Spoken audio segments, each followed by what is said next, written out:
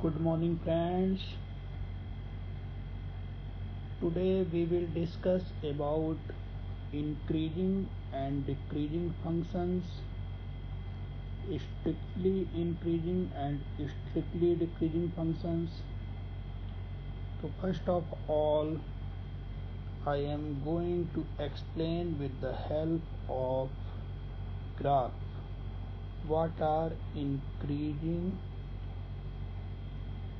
and decreasing functions.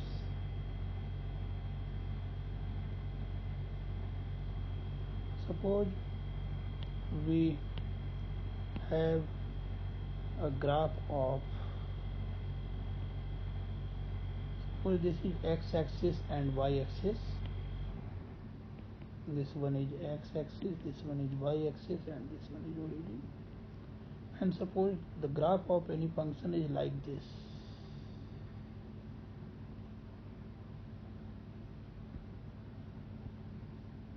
Here, if we move from left to right side, in some area, in this area, the graph is parallel to x-axis. Otherwise, as we move from left to right, the graph goes upwards.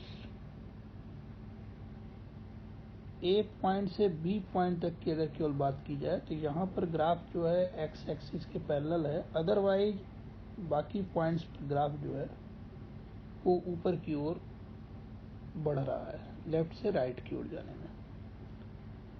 तो this is example of increasing functions graph. ये जो graph है ये एक ऐसे function का graph है जो इंक्रीजिंग फंक्शन है। जिस पोर्शन में एक ग्राफ ड्रॉ है केवल उतने में। अब एक मान लीजिए हमने दूसरा लिया एग्जांपल, और यहाँ पर this one is x and y axis. Now suppose the graph is going downwards from left to right. When we move from left to right, the graph of function goes downwards and sometimes it may be parallel to x axis again. In this portion, the graph is parallel to x-axis. This one is graph of a decreasing function.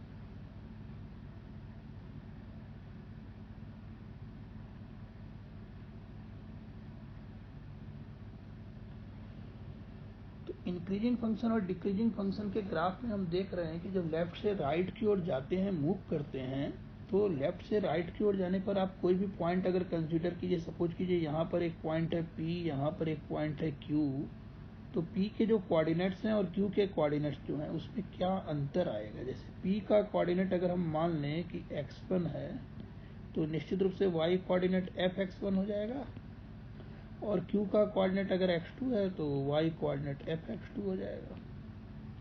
तो हम देख रहे हैं left से right की ओर जब move करेंगे तो निश्चित रूप से x की वैल्यू इंक्रीज करेगी। तो x1 will be less than x2। जो पॉइंट लेफ्ट में है वहां फंक्शन की, वहां x की वैल्यू जो है लेस है, और जो राइट में पॉइंट है वहां x की वैल्यू ग्रेटर है। लेकिन अगर हम fx1 और fx2 की बात करें, this will be fx1 and this one will be fx2।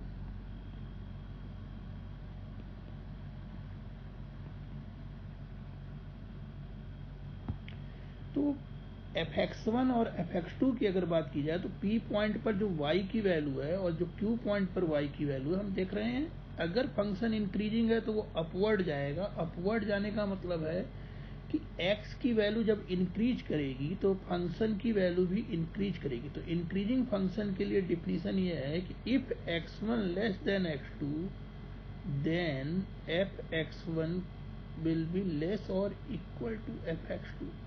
Equal sign हमने यहाँ पर इसलिए लगाया है कि हो सकता है P और Q दोनों पॉइंट इस A से B वाले पोर्शन में हो।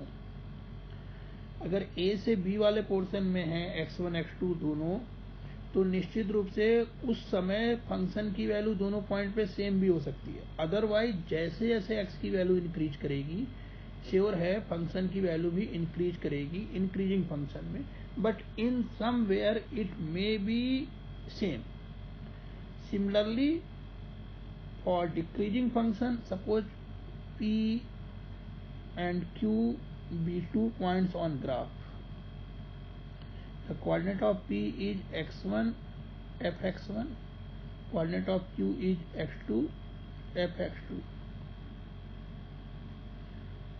परपेंडिकुलर p से ड्रॉ किया जाएगा, तो निश्चित रूप से इस परपेंडिकुलर का नाम हमने pm रख दिया, इसकी वैल्यू हो गई fx1. q से परपेंडिकुलर ड्रॉ किया, इसकी लेंथ हो गई परपेंडिकुलर की, जिसका नाम हमने qn रखा, इसकी fx2 हो गई. यहाँ पर हम देख रहे हैं कि जब x2 x1 से बड़ा है, या कह लीजिए x1 x2 से छोटा है, जो पॉइंट लेफ्ट में है निश्चित रूप से वहाँ x की वैल्यू कम होगी, जो राइट में है वहाँ x की वैल्यू ज़्यादा होगी.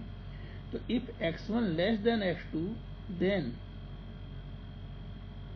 fx1 विल बी ग्रेटर और इक्वल टू fx2. यहाँ पर देखिए जहाँ x की वैल्यू कम है वहाँ फंक्शन की वैल्यू बड़ी हो जा रही है. कहने का मतलब है x की वैल्यू इंक्रीज कर रहे हैं लेकिन फंक्शन की वैल्यू डिक्रीज कर रही है. तो ऐसे स्थिति में फंक्शन को हम डिक्रीजिंग फंक्शन कहेंगे. अब now we are moving towards strictly increasing and strictly decreasing. Strictly increasing and strictly decreasing. देखिए इंक्रीजिंग डिक्रीजिंग और स्ट्रिक्टली डिक्रीजिंग में केवल ये अंतर है कि स्ट्रिक्टली इंक्रीजिंग में फंक्शन का ग्राफ ऊपर की ओर बढ़ता जाएगा लेफ्ट से राइट में जाते समय. किसी भी समय ऐसा नहीं होगा कि दो डिफरेंट पॉइंट्स पर फंक्शन की वैल्यू सेम हो जाए, मतलब ग्राफ कहीं पर भी एक्स एक्सिस के पैरेलल नहीं होगा. Graph will be like this. ये है स्ट्रिक्टली इंक्रीजिंग. इसमें क्या होगा कि if x1 less than x2, then fx1 will be less than fx2. जबकि डिक्रीजिंग में ग्राफ डाउनवर्ड्स होता चला जाएगा जैसे ही लेफ्ट से राइट की हो जाएंगे. स्ट्रिक्टली डिक्रीजिंग में क्या होगा? स्ट्रिक्टली डिक्रीजिंग में x1 less than x2, then fx1 will be greater than fx2. बस आपको इतना ध्यान रखना है कि इंक्रीजिंग के केस में जो x1 x2 में साइन लगा हुआ है इनइक्वलिटी का, वही सेम साइन fx1 fx2 में है, जबकि डिक्रीजिंग में साइन रिवर्स हो जा रहा है. तो ये तो एक प्रोसेस हुआ. अब इसमें हम आते हैं आगे बात करने के लिए, क्वेश्चन सॉल्व करने के लिए जो मेथड हम लोग यूज करेंगे उसकी हम बात करने आ रहे हैं. देखिए ग्राफ की सहायता से पहले एक्सप्लेन कर देते हैं कि जैसे मान लीजिए ये इंक्रीजिंग फंक्शन या स्ट्रिक्टली इंक्रीजिंग फंक्शन, किसी का भी आप ग्राफ मानिए थोड़ी देर के लिए, तो इसमें हम किसी भी पॉइंट पे यदि हम टेंजेंट ड्रॉ करते हैं, suppose this is tangent at this point P, तो this tangent will make acute angle with x axis. This angle will be acute angle. इस ग्राफ पर, इंक्रीजिंग फंक्शन के ग्राफ पर कहीं पर भी आप किसी भी पॉइंट पर टेंजेंट ड्रॉ करेंगे तो वह एक्स एक्सिस के साथ एक्यूट एंगल बनाएगी. तो अगर ये मान लीजिए y equal to f x का ग्राफ है, तो निश्चित रूप से slope of tangent will be given by dy by dx, और you may say f dash x, and slope of tangent will be equal to tan theta, and theta is acute, therefore tan theta will be positive. First quadrant में है theta, तो tan theta positive होगा. तो for strictly increasing f dash x should be greater than 0. For increasing f dash x will be greater equal to 0. Equal sign यहाँ क्यों आ गया? क्योंकि आपको बताया गया कि कुछ पोर्शन ऐसा होगा फंक्शन के ग्राफ का जहाँ वो x एक्सिस के पैरेलल होगा. जितने पोर्शन में x एक्सिस के पैरेलल होगा इसका मतलब वहाँ फंक्शन की वैल्यू कांस्टेंट है, और अगर फंक्शन कांस्टेंट है तो उसका डेरिवेटिव जो है 0 के इक्वल होगा. तो स्ट्रिक्टली इंक्रीजिंग फंक्शन x की जिन वैल्यूज के लिए फंक्शन का डेरिवेटिव ग्रेटर देन 0 है, उस x की वैल्यू के लिए फंक्शन स्ट्रिक्टली इंक्रीजिंग होगा। लेकिन यदि फंक्शन की डेरिवेटिव की वैल्यू ग्रेटर इक्वल टू 0 है तो हम उस केस में स्ट्रिक्टली इंक्रीजिंग वर्ड ना यूज करके सिंपली इंक्रीजिंग लिखेंगे। अब देखिए, मान लीजिए एक हम फंक्शन लेते हैं जिसका ग्राफ डाउनवर्ड जा रहा है। अब इसके किसी पॉइंट पे सपोज कीजिए हमने टेंजेंट ड्रॉ किया, this one is tangent as suppose point P। अब देखिए ये वाला जो एंगल है इसको हमने मान लीजिए फाई ले लिया। अब ये देखिए ये ऑब्ट्यूज एंगल है, वो ऑब्ट्यूज एंगल होने के कारण अब जो है आपके tan थीटा की value, if theta is obtuse, obtuse means 90 degree से बड़ा 180 से छोटा, तो सेकेंड क्वाड्रेंट में होगा। सेकेंड क्वाड्रेंट में tan की वैल्यू निगेटिव होती है, tan theta will be less than 0। So function will be strictly decreasing if f dash x less than 0 and decreasing if f dash x less equal to 0। अब देखिए question लगाने के लिए हम लोग इसी मेथड का यूज करेंगे। फिर से ध्यान रखना है, इंक्रीजिंग डिक्रीजिंग के केस में डेरिवेटिव 0 के इक्वल भी हो सकता है। इंक्रीजिंग के केस में f dash x will be greater equal to 0, decreasing के केस में f dash x will be less equal to 0। Strictly increasing के केस में f dash x will be greater than 0, strictly decreasing के case में f dash x will be less than 0। Now question देखिए दो प्रकार के आते हैं। एक क्वेश्चन तो आता है to prove given function is increasing और डिक्रीजिंग, या फिर आ सकता है स्ट्रिक्टली इंक्रीजिंग और स्ट्रिक्टली डिक्रीजिंग। तो there are two type of question. पहले में होता है to prove increasing oblique strictly increasing, और या फिर डिक्रीजिंग ऑब्लिक स्ट्रिक्टली डिक्रीजिंग, और या फिर दूसरा होता है find the interval in which function is increasing oblique strictly increasing, decreasing oblique strictly decreasing।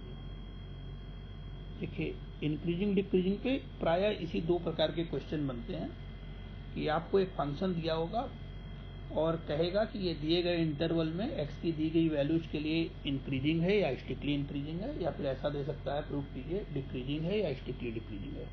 दूसरा केस ऐसा दे सकता है कि फंक्शन आपको दिया रहे और आपसे कहे कि इंटरवल फाइंड कीजिए या x की वैल्यूज फाइंड कीजिए जिसके लिए ये function increasing oblique strictly increasing हो या फिर डिक्रीजिंग ऑब्लिक स्ट्रिक्टली डिक्रीजिंग हो। तो देखिए बहुत सिंपल सा तरीका है कि आपको करना क्या है कि अगर प्रूफ करना है, प्रूफ करने वाला क्वेश्चन ज़्यादा इजी होता है। प्रूफ करने वाले क्वेश्चन में आपको बस ये ध्यान रखना है कि जो कंडीशन है इंक्रीजिंग और डिक्रीजिंग की वो फुलफिल कर रहा है कि नहीं कर रहा है फंक्शन। जैसे कि मान लीजिए हम एक एग्जाम्पल लेते हैं, एक एग्जाम्पल प्रूफ करने वाला हम ले रहे हैं। Proof that function f(x) is equal to 2 upon x plus 5 is strictly decreasing function। ये बहुत सिंपल सा क्वेश्चन है। आपको इंक्रीजिंग डिक्रीजिंग का कोई भी क्वेश्चन आएगा तो आपको ये ध्यान रखना है कि आपको फंक्शन का डेरिवेटिव जरूर फाइंड करना है। तो यहाँ पे f(x) की वैल्यू गिवन है 2 upon x plus 5। आप इसको डिफ्रेंशिएट कर दीजिए, differentiating with respect to x, f dash x 2/x का डेरिवेटिव फाइंड करेंगे। 2/x का मतलब हो गया 2 × x⁻⁻1। डेरिवेटिव का फॉर्मूला लगाइए, सिंप्लीफाई कीजिए, ये हो जाएगा -2/x²। 5 का डेरिवेटिव 0। अब देखिए x जो है कैसी भी क्वांटिटी हो, चाहे पॉजिटिव हो चाहे निगेटिव हो, उसका स्क्वायर हमेशा पॉजिटिव आएगा। तो 2/x² निश्चित रूप से पॉजिटिव क्वांटिटी है, और इस 2/x² के आगे माइनस साइन लगाया, इसका मतलब ये क्वांटिटी निगेटिव हो गई। निगेटिव का मतलब इसकी वैल्यू <0 होगी। और ऑल x, और देखिए f' की वैल्यू <0 हुई तो आपको अभी बताया डिफिनीशन में कि फंक्शन स्ट्रिक्टली डिक्रीजिंग तब कहलाएगा जब फंक्शन का डेरिवेटिव <0 हो। तो आप लोग बस यहाँ पे लिख देंगे hence f is strictly decreasing function.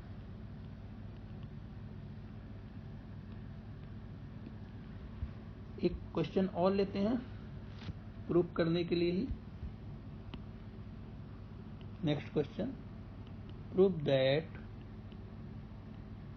Function f given by fx equal to x³ - 6x² plus 15x minus 18 is strictly increasing in set of real number r। In r लिखा हो चाहे ना लिखा हो, इंटरवल अगर दिया है तो अच्छी बात है, नहीं तो स्ट्रिक्टली इंक्रीजिंग लिख दिया है, इसका मतलब सभी के लिए आपको प्रूफ करना है। देखिए सॉल्यूशन क्या है, सबसे पहले हम इसको डिफरेंशिएट कर देंगे। f' लिखेंगे, वो सिंपल डिफरेंशिएशन है। x³ का 3x² माइनस 6x² का 12x प्लस 15। देखिए आपको क्वेश्चन यदि प्रूफ करने के लिए आया है, इसका मतलब है आपको फाइनल आंसर मालूम है कि क्या लाना है। स्ट्रिक्टली इंक्रीजिंग के लिए बताया गया है कि f' should be greater than 0। अब यहाँ जो f' की वैल्यू आपको मिली है, बस अब हमें इसे दिखा देना है कि ये 0 से बड़ी ही होगी। उसके लिए देखिए हम कर क्या सकते हैं, सबसे पहले 3 कॉमन आ रहा है, 3 कॉमन ले लीजिए। Here we will have 3x², तो 3 कॉमन लिया तो ये हो गया x² minus 4x plus 5 x²। 4x को हम समझ सकते हैं 2 × x × 2। परफेक्ट स्क्वायर बनाने के लिए a² माइनस 2ab है तो b² चाहिए, तो 2 का स्क्वायर 4 हमको चाहिए, हमने 4 लिख दिया। अब 4 माइनस करेंगे और यहाँ पे ऊपर 5 है, इसका मतलब हम डायरेक्ट +1 कर दे तब भी 5 मिल जाएगा। तो ये हो गया 3 × x माइनस 2 का होल स्क्वायर प्लस 1। अब देखिए यहाँ डिसीजन हमको लेना है कि ये 0 से बड़ा है या नहीं है। तो एक बात तो श्योर है कि x minus 2 whole square greater equal to 0 होगा। अब इसमें 1 प्लस है, तो इसका मतलब है कि ये क्वांटिटी 1 के इक्वल या 1 से बड़ी है, और उसमें 3 मल्टीप्लाई है, तो निश्चित रूप से इसकी वैल्यू ग्रेटर देन 0 होगी for all x belongs to r। इसलिए हम कह सकते हैं hence f is increasing, strictly increasing in r। तो देखिए प्रूफ करने वाले क्वेश्चन की हम बात कर रहे थे कि किस तरह से प्रूफ करेंगे क्वेश्चन। एक क्वेश्चन मैं अभी और ले रहा हूँ, ट्रिग्नोमेट्री से रिलेटेड क्वेश्चन ले लेते हैं। ट्रिग्नोमेट्री से रिलेटेड क्वेश्चन को देखिए आसानी से किया जा सकता है। किस प्रकार से कर सकते हैं, बहुत सिंपल सा मेथड है। एक क्वेश्चन मान लीजिए हमने लिया प्रूफ करने के लिए, अब ये लास्ट क्वेश्चन मैं ले रहा हूँ, फिर बाकी आप ट्राई कीजिए, कहीं कोई समस्या हो तो आप पूछ सकते हैं। f(x) is equal to 10x minus 4x is strictly decreasing in interval given है, ओपन इंटरवल -π/3 to π/3। ये हमको प्रूफ करना है। टू प्रूफ दैट सॉल्यूशन, सबसे पहला काम डिफरेंशिएट कर दीजिए f'(x)। 10x का डेरिवेटिव होगा sec² माइनस 4। ये डेरिवेटिव की वैल्यू आ गई sec² माइनस 4। अब आपको बस करना ये है कि हमको ये दिखाना है कि ये जो sec² माइनस 4 है, इसकी वैल्यू 0 से छोटी ही होगी, 0 से बड़ी नहीं हो सकती। यहाँ देखिए, अब आपको जो इंटरवल दिया है इस पर पूरा क्वेश्चन डिपेंड करेगा। इस इंटरवल के लिए, गिवन इंटरवल के लिए केवल हमको चेक करना है कि ये स्ट्रिक्टली डिक्रीजिंग है कि नहीं। केवल इस दिए गए इंटरवल में हमको चेक करना है कि एफ डैश एक्स की वैल्यू 0 से छोटी है कि नहीं। तो अब यहाँ पे जो इंटरवल दिया है इसका मतलब x की वैल्यू -π/3 से ग्रेटर है बट लेस देन है π/3। -π/3 is less than x is less than π/3। Sec x will be, अब देखिए सेक पे ध्यान देना है। सेक के बारे में हमको पता है कि सेक की वैल्यू फर्स्ट क्वाड्रेंट में भी पॉजिटिव होती है और फोर्थ में भी पॉजिटिव होती है। सेक x की वैल्यू फर्स्ट और फोर्थ दोनों क्वाड्रेंट में पॉजिटिव होती है। ये π/3 का एंगल हो गया, इधर हो गया आपका -π/3 का एंगल।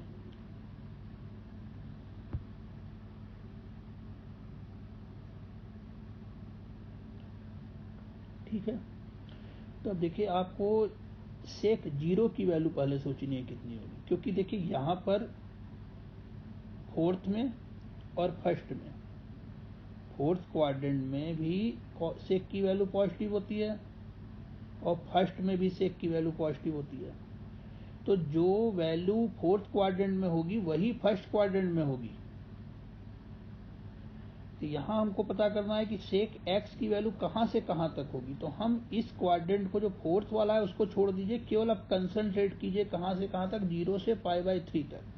सेक 0 की वैल्यू 1 होती है और सेक π/3 की वैल्यू 2 होती है। सेक 60 की वैल्यू 2 होती है, क्योंकि cos 60 की 1/2 होती है, तो सेक 60 की 2। तो यहाँ थोड़ा सा कंफ्यूज नहीं होना है कि यहाँ सेक आप तीनों पे एक साथ नहीं लेंगे। यहाँ पे आपको सोचना है कि x की वैल्यू -60 से +60 तक है। तो देखिए सेक -60 की वैल्यू भी 2 होती है और सेक 60 की वैल्यू भी 2 होती है। तो ऐसा नहीं है वैल्यू 2 से 2 के बीच में ही होगी। आपको इसमें देखना है कि ये बीच में भी बहुत से एंगल पड़ रहे हैं और इसमें हमें पता है कि फोर्थ क्वाड्रेंट में जो वैल्यूज होंगी वही सेम वैल्यू सेक के लिए फर्स्ट क्वाड्रेंट में रिपीट होंगी। तो हम यहाँ पर x एक्सिस पर जो एंगल है यानी कि 0 के बारे में सोचेंगे कि 0 से π/3 तक सेक की वैल्यू क्या होगी। तो सेक 0 की वैल्यू 1 और सेक π/3 की वैल्यू 2, तो सेक x की वैल्यू 1 से 2 हो गई। अब हम इसका स्क्वायर कर देंगे तो सेक स्क्वायर x की वैल्यू हो जाएगी 1 से कहाँ तक, 4 तक। अब हम इसमें से 4 सब्ट्रैक्ट कर देंगे, सब्ट्रैक्टिंग 4। तो 1 में से 4 माइनस हुआ तो -3 आ गया। यहाँ हो गया sec square x -4 and 4 - 4 will be 0। Sec square x -4 actual में f डैश x था और इस तरह से आपके पास आ गया कि 10 f dash x is less than 0 for x belongs to -π/3 to π/3, hence f is strictly decreasing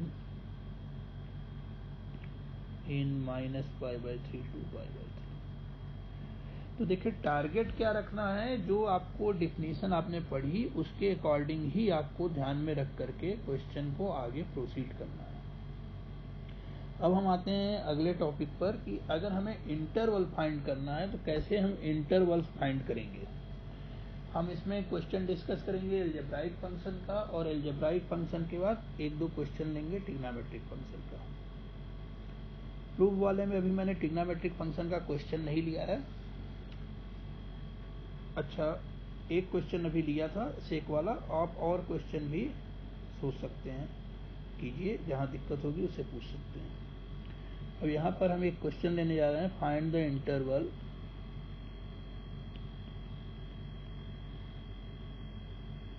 in which given function f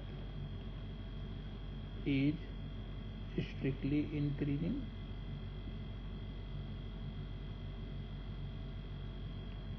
strictly decreasing, strictly increasing होगा, स्ट्रिक्टली डिक्रीजिंग होगा, किस इंटरवल में हमको ये पता करना है। सपोज कीजिए फंक्शन आपको दिया हुआ है, एफ एक्स की वैल्यू दी हुई है x³ -12x² +36 6x प्लस 70। पहला स्टेप वही, आप डेरिवेटिव फाइंड कीजिए, एफ डैश एक्स निकालिए, 3x² माइनस 24x प्लस 36। करना ये है आपको, सबसे पहले इसको फैक्टराइज अगर हो सकता है फैक्टराइज कर लीजिए। तो कॉमन आ रहा है तो x² माइनस 8x प्लस 12, और इसका फैक्टर आप कर सकते हैं मिडिल टर्म को स्प्लिट करके। 12 को 6 2 जा 12 एंड 6 प्लस 2 8 होता है, तो आप यहाँ पे लिख सकते हैं x² minus 6x minus 2x plus 12। x common ले लीजिए, तो ये आपका x कॉमन लेने के बाद आएगा x माइनस 6, और इसमें से माइनस 2 कॉमन आ गया तो x minus 6, then take x minus 6 common, we will get x minus 2। अब आपको केवल ये डिसाइड करना है कि किन वैल्यूज के लिए ये डेरिवेटिव पॉजिटिव होगा, किन वैल्यूज के लिए ये डेरिवेटिव निगेटिव होगा। तो इसका तरीका बहुत सिंपल सा है कि first of all you have to draw a number line. एक नंबर लाइन आप ड्रॉ कर लेंगे, और आपको देखना है कि एफ डैश एक्स की वैल्यू 0 के इक्वल कहाँ कहाँ हो सकती है। तो क्लियर दिख रहा है कि ये आपकी 0 के इक्वल, अगर हम इसको सोचें थोड़ी देर के लिए, तो x की वैल्यू 6 के इक्वल होगी, x की वैल्यू 2 के इक्वल होगी। F dash x can be equal to 0 when x equal to 6 और x इक्वल टू 2। तो हम नंबर लाइन पे 2 और 6 को पहले लोकेट करेंगे। 2 लेफ्ट में हो जाएगा कहीं, 6 राइट में। अब आपको देखना यह है कि क्वेश्चन अगर इंक्रीजिंग और डिक्रीजिंग का पूछा गया है तो डेरिवेटिव 0 के इक्वल हो सकता है। इसका मतलब है ये जो 2.2 और 6 हैं, इंक्रीजिंग डिक्रीजिंग के केस में ये इंटरवल में इंक्लूड करेंगे तो हम इसको डार्क करेंगे। लेकिन यदि फंक्शन स्ट्रिक्टली इंक्रीजिंग और स्ट्रिक्टली डिक्रीजिंग का है, इसका मतलब डेरिवेटिव की वैल्यू 0 के इक्वल नहीं होगी, इसलिए आप इनको डार्क नहीं करेंगे।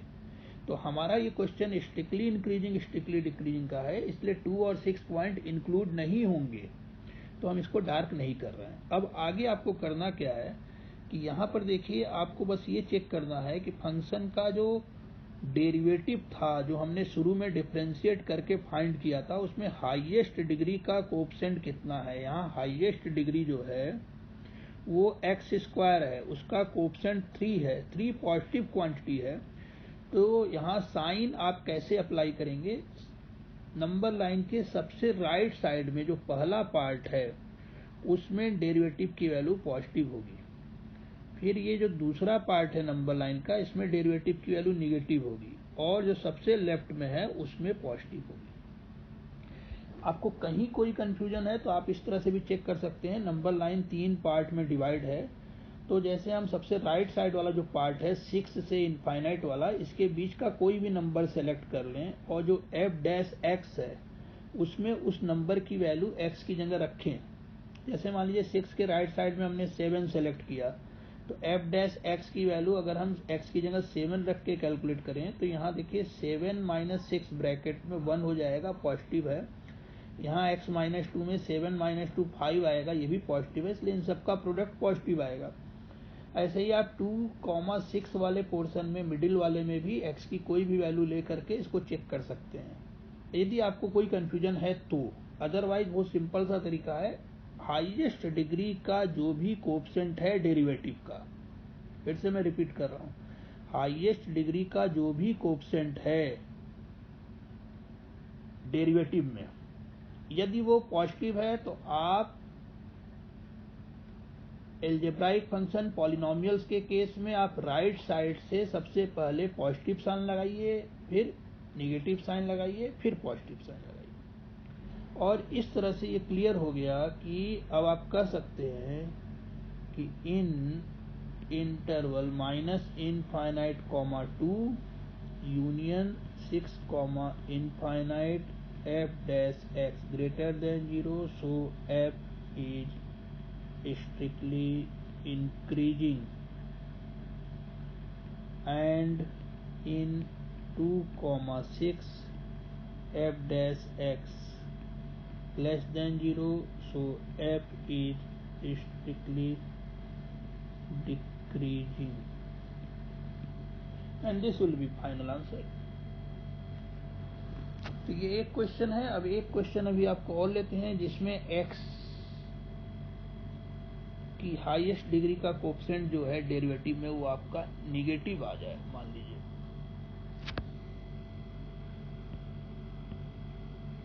क्वेश्चन फिर से हमारा वही है, इंटरवल फाइंड करना है, ऐसे इंटरवल्स जिसमें फंक्शन स्ट्रिक्टली इंक्रीजिंग या स्ट्रिक्टली डिक्रीजिंग हो।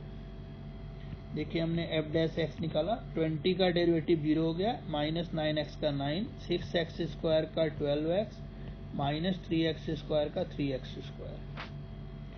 यहाँ पे देखिए हम कॉमन ले सकते हैं, -3 कॉमन आ रहा है, तो सबसे पहले हाईएस्ट डिग्री वाला टर्म लिख दिया x², फिर -4x + 3। मिडिल टर्म आप स्प्लिट कर सकते हैं, 3 1 जा 3, 3 + 1 विल बी 4, तो 3x - x + 3 and this will be finally x common लिया हमने, x - 3, -1 कॉमन लिया, x - 3, फिर x - 3 कॉमन ले लीजिए,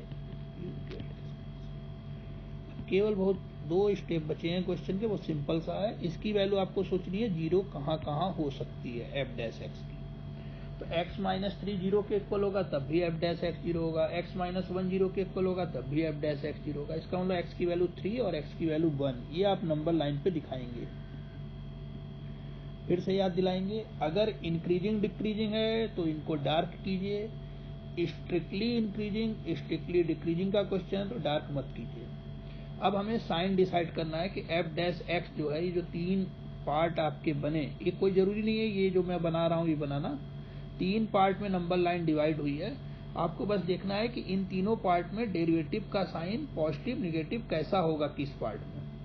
तो तरीका फिर से वही है जो आपने सबसे पहले डेरिवेटिव फाइंड किया था एफ डैश एक्स, उसमें हाईएस्ट डिग्री एक्स की जो थी वो x² थी, उसका कोएफिशिएंट देखिए क्या है, उसका कोएफिशिएंट है -3, ये वाला -3 निगेटिव है। इसका मतलब अब आप राइट साइड से साइन लगाना शुरू करेंगे, negative positive negative.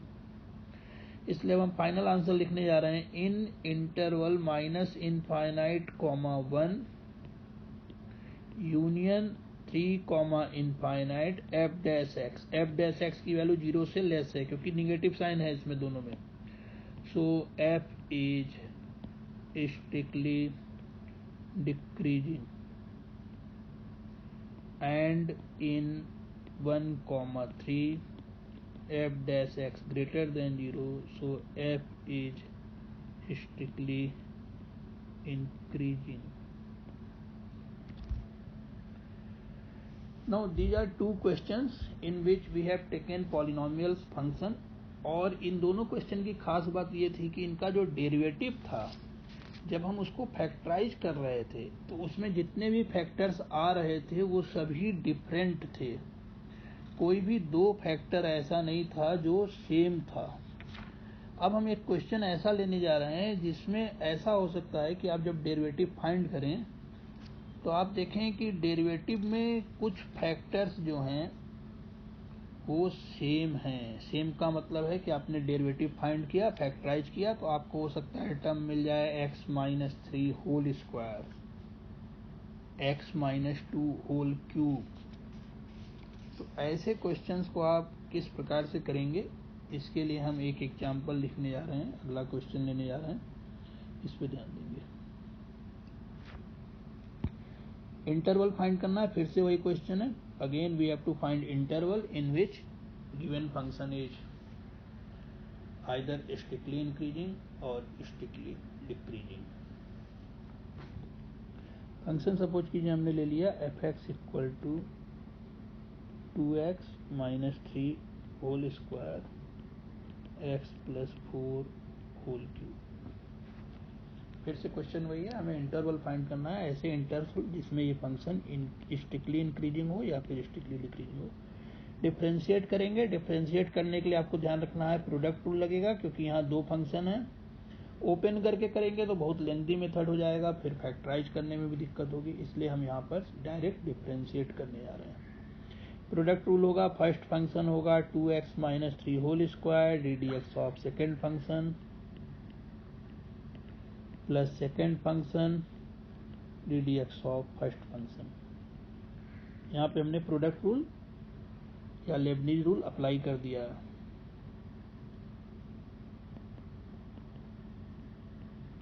To x minus three whole square, x plus four whole cube का डिफ्रेंसिएशन करेंगे तो 3 पावर जो है मल्टीप्लाई हो जाएगी, हमने सबसे आगे लिख दिया। यहाँ हो गया एक्स प्लस फोर, पावर में 1 कम हो जाएगा 2 हो गया, और फिर एक्स प्लस फोर का डिफ्रेंसिएशन करेंगे जो कि 1 हो जाएगा। फिर हम यहाँ पे लिख दे रहे हैं x plus four whole cube, और यहाँ derivative 2x minus three whole square का पावर 2 मल्टीप्लाई हो गई, पावर में से 1 कम हो गया तो 2x माइनस थ्री हो गया। अब यहाँ पे 2x माइनस थ्री का अगेन डिफ्रेंसिएशन होगा और फिर से वो 2 आ जाएगा, तो एक 2 आ गया और हमने लिख दिया एफ डैश एक्स। अब देखिए कॉमन आ रहा है, कुछ कांस्टेंट तो कुछ भी कॉमन नहीं आ रहा है, 2x माइनस थ्री कॉमन आ रहा है, x plus four whole square common आ रहा है। तो यहाँ से आपका बच गया 3 times 2x minus three plus 4 times x plus four. Again on simplifying we get 2x minus 3 x plus 4 whole square, and in bracket we will get 3 2 ja 6x and plus 4x, this will be 10x minus 9 plus 16, 16 minus 9 will be plus 7।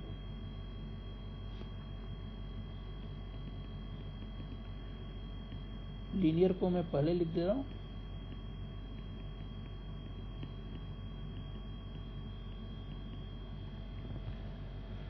अब यहाँ देखेंगे ये जो derivative find हुआ है, पिछले questions में जो डेरिवेटिव थे उसमें सभी फैक्टर डिफरेंट थे, जबकि यहाँ पर x प्लस फोर का होल स्क्वायर लिखा हुआ है। x plus four whole square का मतलब x plus four into x plus four, यहाँ x प्लस फोर रिपीट हो रहा है। इस क्वेश्चन को करने का तरीका थोड़ा सा डिफरेंट रहेगा।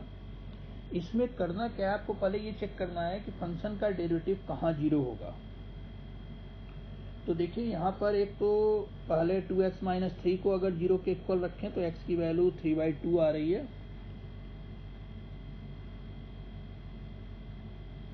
टेन एक्स प्लस 7 को 0 रखें तो x की वैल्यू -7/10 आ रही है, और x plus four whole square को 0 रखें तो x की वैल्यू -4 आएगी। अब देखिए जो x प्लस फोर का होल स्क्वायर है ये हमेशा पॉजिटिव होगा, इसकी वैल्यू हमेशा पॉजिटिव होगी। तो नंबर लाइन पे साइन डेरिवेटिव का डिसाइड करते समय इसका कोई रोल नहीं होगा, केवल 2x minus three into 10x plus 7 की वैल्यू अगर पॉजिटिव होगी तो ऑटोमेटिक एफ डैश एक्स पूरे की वैल्यू पॉजिटिव हो जाएगी। 2x minus three into 10x plus 7 की वैल्यू यदि निगेटिव होगी तो एफ डैश एक्स की वैल्यू निगेटिव हो जाएगी। तो x plus four whole square का कोई रोल नहीं है एफ डैश एक्स का साइन डिसाइड करने में, इसलिए नंबर लाइन पर हम इस -4 को नहीं दिखाएंगे। यदि हमें स्ट्रिक्टली डिक्रीजिंग स्ट्रिक्टली इंक्रीजिंग के लिए इंटरवल फाइंड करना है और यहाँ x प्लस फोर का होल स्क्वायर है तो x इक्वल टू -4 को नंबर लाइन पे नहीं दिखाएंगे। मान लीजिए 2x माइनस थ्री का होल स्क्वायर होता तो हम 3/2 को नंबर लाइन पर नहीं दिखाते। कहने का मतलब है जिस फैक्टर का पूरी पावर इवन हो वो हमेशा पॉजिटिव होगा, तो वहां पर आपको ये सोचना ही नहीं है कि उसके लिए साइन उसके लेफ्ट में या राइट में साइन चेंज होगा, उसके तो दोनों साइड साइन एक ही जैसा होगा। ठीक है, यहाँ उसकी वैल्यू 0 के इक्वल है। तो x plus four whole square का कोई रोल नहीं है साइन डिसाइड करने में, क्योंकि वो पॉजिटिव क्वांटिटी के बाकी फैक्टर्स का रोल है, इसलिए उनकी वैल्यू आप देखेंगे कि उनकी वजह से अगर डेरिवेटिव की वैल्यू 0 हो सकती है तो उन पॉइंट्स को दिखाना है। तो एक तो हमें 3/2 दिखाना है और एक दिखाना है -7/10। तो -7/10 लेफ्ट में हो गया और 3/2 राइट में हो गया। फिर से अब यहाँ पर वही साइन डिसाइड करेंगे। साइन डिसाइड करने के लिए देखिए अगर हम यहाँ पर डेरिवेटिव की बात करें तो हमको डेरिवेटिव एक सिंप्लीफाइड फॉर्म में नहीं मिला है, फैक्टराइज फॉर्म में मिला है। तो हम यहाँ पे बस देख लेंगे कि यदि सभी को मल्टीप्लाई किया जाए तो x के हाईएस्ट डिग्री का कोएफिशिएंट कैसा आएगा, पॉजिटिव आएगा कि निगेटिव आएगा। तो देखिए पहले वाले फैक्टर में x का कोफिशिएंट 2 है, दूसरे फैक्टर में x का कोफिशिएंट 10 है। अगर इन दोनों को मल्टीप्लाई करें तो 10 2 जा 20, वो पॉजिटिव क्वांटिटी है। तो पॉजिटिव है तो हम राइट साइड से साइन लगाएंगे, पॉजिटिव निगेटिव पॉजिटिव, और यहाँ पर अब आप फाइनल आंसर लिख सकते हैं। इन interval -∞, -7/10 union 3/2, ∞, f dash x greater than 0, so f is strictly increasing। in -7/10, 3/2, f dash x less than 0, so f is strictly decreasing. आप साइन इस तरह का भी लगा सकते हैं, एरो डाउन कर दिया तो इसका मतलब डिक्रीजिंग, एरो अप कर दिया तो स्ट्रिक्टली इंक्रीजिंग।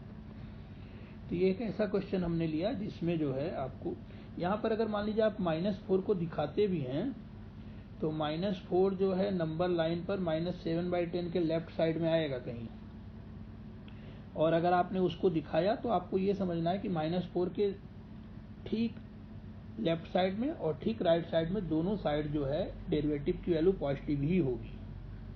उसके लेफ्ट और राइट साइड में जो पॉइंट्स होंगे तुरंत जो लाई करने वाले पॉइंट होंगे, जैसे मान लीजिए हम यहाँ पे -4 को दिखाते हैं, अगर यहाँ कहीं -4 लाई करेगा अगर, तो आपको ये ध्यान रखना है कि इस -4 के तुरंत लेफ्ट में और -4 के राइट में फंक्शन का जो डेरिवेटिव है ये f डैश x, इसकी वैल्यू यहाँ देखिए कौन सा साइन है ऊपर 7/10 के, -7/10 के लेफ्ट में पॉजिटिव है। इसका मतलब इधर जितने भी पॉइंट्स हैं उन सब पे वैल्यू f डैश x की पॉजिटिव ही होगी।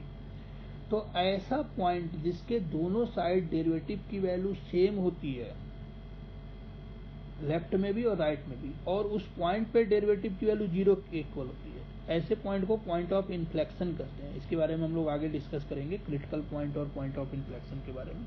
अभी फिलहाल आपको स्ट्रिक्टली इंक्रीजिंग और स्ट्रिक्टली डिक्रीजिंग ये पॉलिनोमियल्स के समझ में आ गए होंगे, मुझे उम्मीद है। ठीक है, अब हम एक क्वेश्चन लेने जा रहे हैं।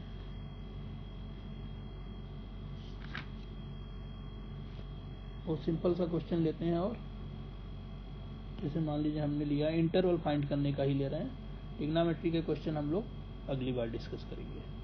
अभी मान लीजिए एक फंक्शन हमने लिया f(x) equal to 2x - 4 whole square 5x + 7 whole power 4। अब इसमें पता करना है, मान लीजिए f डैश x फाइंड करेंगे, 2x - 4 whole square ddx of 5x + 7 power 4 plus 5x + 7 power 4 ddx of 2x - 4 whole square. Simplify करेंगे, डेरिवेटिव के फॉर्मूले अप्लाई करेंगे जैसे करते हैं। 4 मल्टीप्लाई हो गया, ये हो गया 5x + 7 का होल क्यूब। फिर यहाँ पर 5x + 7 का डेरिवेटिव फाइंड किया तो 5 मल्टीप्लाई हो गया, 5x + 7 power 4, 2x - 4 whole square में 2 आगे मल्टीप्लाई हुआ तो ये हो गया 2x - 4 पावर 1। 2x - 4 का फिर से डिफ्रेंशिएशन किया तो 2 × 2 हो गया। f डैश x, इसको हम लिख देते हैं, चलिए 20 × 2x - 4 whole square 5x + 7 whole cube plus 4 × 5x + 7 power 4 2x - 4। Common आ रहा है, देखिए एक तो 4 कॉमन आ रहा है, 2x - 4 भी कॉमन आ रहा है, 5x + 7 का होल क्यूब कॉमन आ रहा है। तो ब्रैकेट में बचा यहाँ पर 5 टाइम्स 2x - 4, तो यहाँ पे बचा 4 कॉमन हो गया तो बचा 5x + 7। ठीक है, तो f डैश x की वैल्यू होगी 4 टाइम्स 2x - 4 × 5x + 7 का होल क्यूब। वो यहाँ कैलकुलेट किया जाए, 5 × 2 = 10 + 5 15x -20 + 7 -13। अब यहाँ देखिए जितने भी फैक्टर्स आए हैं, फैक्टर रिपीट तो जरूर हो रहे हैं। 5x + 7 के पावर में 3 है, इसका मतलब 5x + 7 3 टाइम्स रिपीट हुआ है। लेकिन यहाँ पे इसकी पावर ऑड है, ऑड है तो इसका मतलब है 5x + 7 यदि पॉजिटिव होगा तो ये वैल्यू क्यूब की वैल्यू पॉजिटिव होगी, लेकिन यदि ये निगेटिव है तो क्यूब की वैल्यू निगेटिव होगी। तो यहाँ जो फैक्टर्स हैं इन सभी फैक्टर्स पे एफ डैश एक्स डिपेंड करेगा, इसलिए इन सभी फैक्टर्स को ध्यान में रखते हुए एफ डैश एक्स की वैल्यू जहाँ जहाँ 0 होगी वो सभी पॉइंट नंबर लाइन पे दिखाए जाएंगे। तो 2x माइनस 4 को अगर आपने 0 रखा तो x की वैल्यू 2 आ रही है, 5x प्लस 7 को 0 रखा तो x की वैल्यू -7/5 आ रही है, यहाँ से x की वैल्यू 13/5 आ रही है। तो हम दिखाना शुरू कर रहे हैं, एक वैल्यू निगेटिव है तो -7/5 सबसे लेफ्ट में हो गया। डार्क नहीं कर रहे हैं, फिर से याद रखिएगा, इंक्रीजिंग डिक्रीजिंग होगा तो डार्क कर देना है, स्ट्रिक्टली इंक्रीजिंग स्ट्रिक्टली डिक्रीजिंग है तो डार्क नहीं करना है। तो स्ट्रिक्टली का क्वेश्चन हम मान लीजिए डील कर रहे हैं तो डार्क नहीं कर रहे हैं। अब उसके बाद 2 हो जाएगा, फिर 13/5 2.6 लगभग होगा तो 13/5। अब साइन लगाना शुरू करेंगे, ये आपकी नंबर लाइन इस तरह से डिवाइड हो गई, आपकी बार 4 पार्ट में डिवाइड हो गई है। साइन देखिए, हाईएस्ट डिग्री की बात करें तो यहाँ पर पहले वाले फैक्टर में x का कोएफिशिएंट पॉजिटिव है, दूसरे में भी x का पॉजिटिव है, लास्ट वाले में भी x का पॉजिटिव है, 4 के आगे भी साइन लगा है पॉजिटिव, तो इसका मतलब है डेरिवेटिव श्योर है पॉजिटिव आएगा। साइन लगाना शुरू कर रहे हैं, पॉजिटिव निगेटिव पॉजिटिव निगेटिव। तो अब आंसर लिख रहे हैं in minus infinite -7/5 union 2,13/5 f is strictly decreasing. Decreasing का साइन क्यों लगाया है? क्योंकि डेरिवेटिव इस इंटरवल में निगेटिव है। लिखना चाहें तो since f dash x less than 0 in -7/5, 2 union 13/5, infinite f is strictly increasing since f dash x greater than 0। अब मान लीजिए ये तो आंसर हो गया स्ट्रिक्टली के लिए। अगर इंक्रीजिंग डिक्रीजिंग का क्वेश्चन होता ये ध्यान रखना है कि नंबर लाइन पे साइन में क्या किस प्रकार का चेंज होगा। जैसे कि मान लीजिए अगर हम क्वेश्चन की बात करें कि एक इंक्रीजिंग डिक्रीजिंग का बहुत सिंपल सा क्वेश्चन ले लेते हैं, बड़ा क्वेश्चन नहीं। जैसे मान लीजिए हमने एक एफ एक्स लिख लिया और यहाँ पे 2x³ -3x² -36x + 7। हमें इसमें इंटरवल फाइंड करना है जिसमें फंक्शन इंक्रीजिंग या डिक्रीजिंग हो। मैं स्ट्रिक्टली वर्ड यूज नहीं कर रहा हूँ। 6 कॉमन हो गया तो x² -x -6 फैक्टराइज करेंगे। यहाँ देखिए -6 है तो 6 के ऐसे 2 फैक्टर करेंगे जिसको सब्ट्रैक्ट करने पे बना है, तो 3 × 2 = 6, तो ये हो गया -3x + 2x -6। 6 कॉमन लीजिए, कॉमन ऑलरेडी है तो यहाँ से अब हम इसको डायरेक्ट फैक्टर लिख दे रहे हैं, x - 3 और x + 2, ये इसका फैक्टर आ गया। तो अब हम नंबर लाइन बनाएंगे। इंक्रीजिंग डिक्रीजिंग का क्वेश्चन है तो फिर से ध्यान देंगे डेरिवेटिव की वैल्यू 0 कहाँ हो रही है, x = 3 पर, x = -2 पर। तो 3 और -2 नंबर लाइन पे दिखाएंगे और दोनों को डार्क कर देंगे। आप चाहें तो यहाँ कैलकुलेट करके दिखा सकते हैं, पुट करके लिख सकते हैं पिछले क्वेश्चन में कि एफ डैश एक्स 0 के इक्वल है तो x की वैल्यू 3 आएगी, x की वैल्यू -2 आएगी, या डायरेक्ट भी कर सकते हैं। यहाँ बस ध्यान रखना है इंक्रीजिंग डिक्रीजिंग का है तो डार्क कर देना है। अब साइन देखिए, एफ डैश एक्स जो है इसमें x² हाईएस्ट डिग्री का टर्म है, इसका कोएफिशिएंट 6 है जो कि पॉजिटिव है, तो साइन लग गया पॉजिटिव निगेटिव पॉजिटिव। आंसर कैसे लिखेंगे तो हम लिखेंगे इन माइनस इनफाइनाइट -2 पे डार्क साइन है इसलिए स्क्वायर ब्रैकेट लगेगा, फिर यूनियन 3 पे 3, इनफाइनाइट 3 पर भी स्क्वायर ब्रैकेट लगेगा, in minus infinite -2 union 3, infinite f is increasing in -2, 3 square bracket f is decreasing. Reason आप इसके आगे लिख सकते हैं, since f dash x greater equal to 0, since f dash x less equal to 0। Equal sign इसलिए लगाया है कि हमने इस पॉइंट -2 और 3 को दोनों को इंटरवल में इंक्लूड किया है, और इंटरवल में इंक्लूड किया है तो यहाँ पर डेरिवेटिव की वैल्यू 0 के इक्वल थी। तो इस तरह से इंक्रीजिंग डिक्रीजिंग के क्वेश्चन हम लोग इंटरवल फाइंड कर सकते हैं। अगले टॉपिक में हम लोग डिस्कस करेंगे ट्रिग्नोमेट्रिक फंक्शंस के लिए कि किस प्रकार से इंटरवल फाइंड किया जाएगा। आज के लिए इतना ही।